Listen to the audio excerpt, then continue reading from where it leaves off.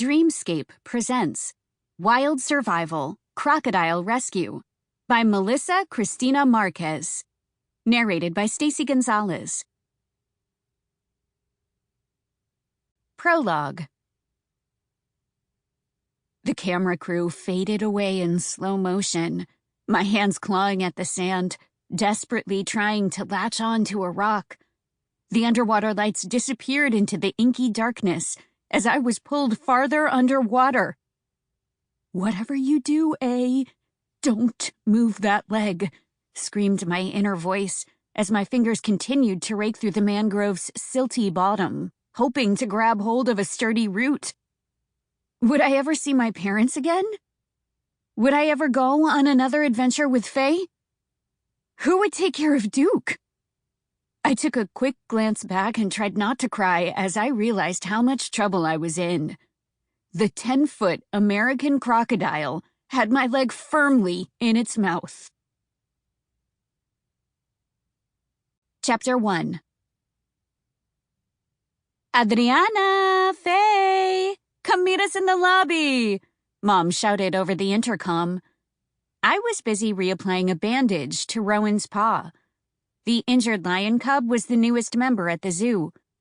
Rowan was usually fidgety, but after we played a game of tug-of-war, he quieted down enough to let me fix the bandages he had muddied during his run around the zoo's outdoor enclosure.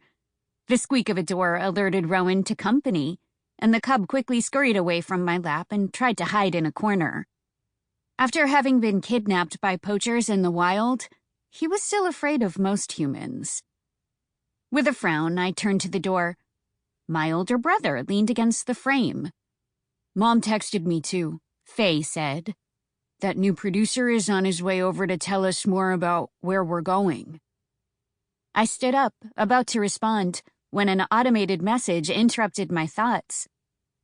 "Thank you for visiting Sacred Sanctuary and Zoological Park. The zoo will be closing in 10 minutes. Please start making your way to the exit now." With a final pat of Rowan's fuzzy head, I left the enclosure and headed down the hall to the wildlife hospital. "I'm really excited about this new show, but I'm gonna miss Alessi," I said, looking down at my phone to see if my best friend had messaged me back. Her mom was one of the big cat caretakers, and sometimes she came into work with her. We waved goodbye to some employees as we went to meet our parents in the visitor center lobby. I looked up at my big brother, waiting for him to respond. He had recently dyed his black, wiry hair to a shocking blonde that stood out against his... Sample complete. Ready to continue?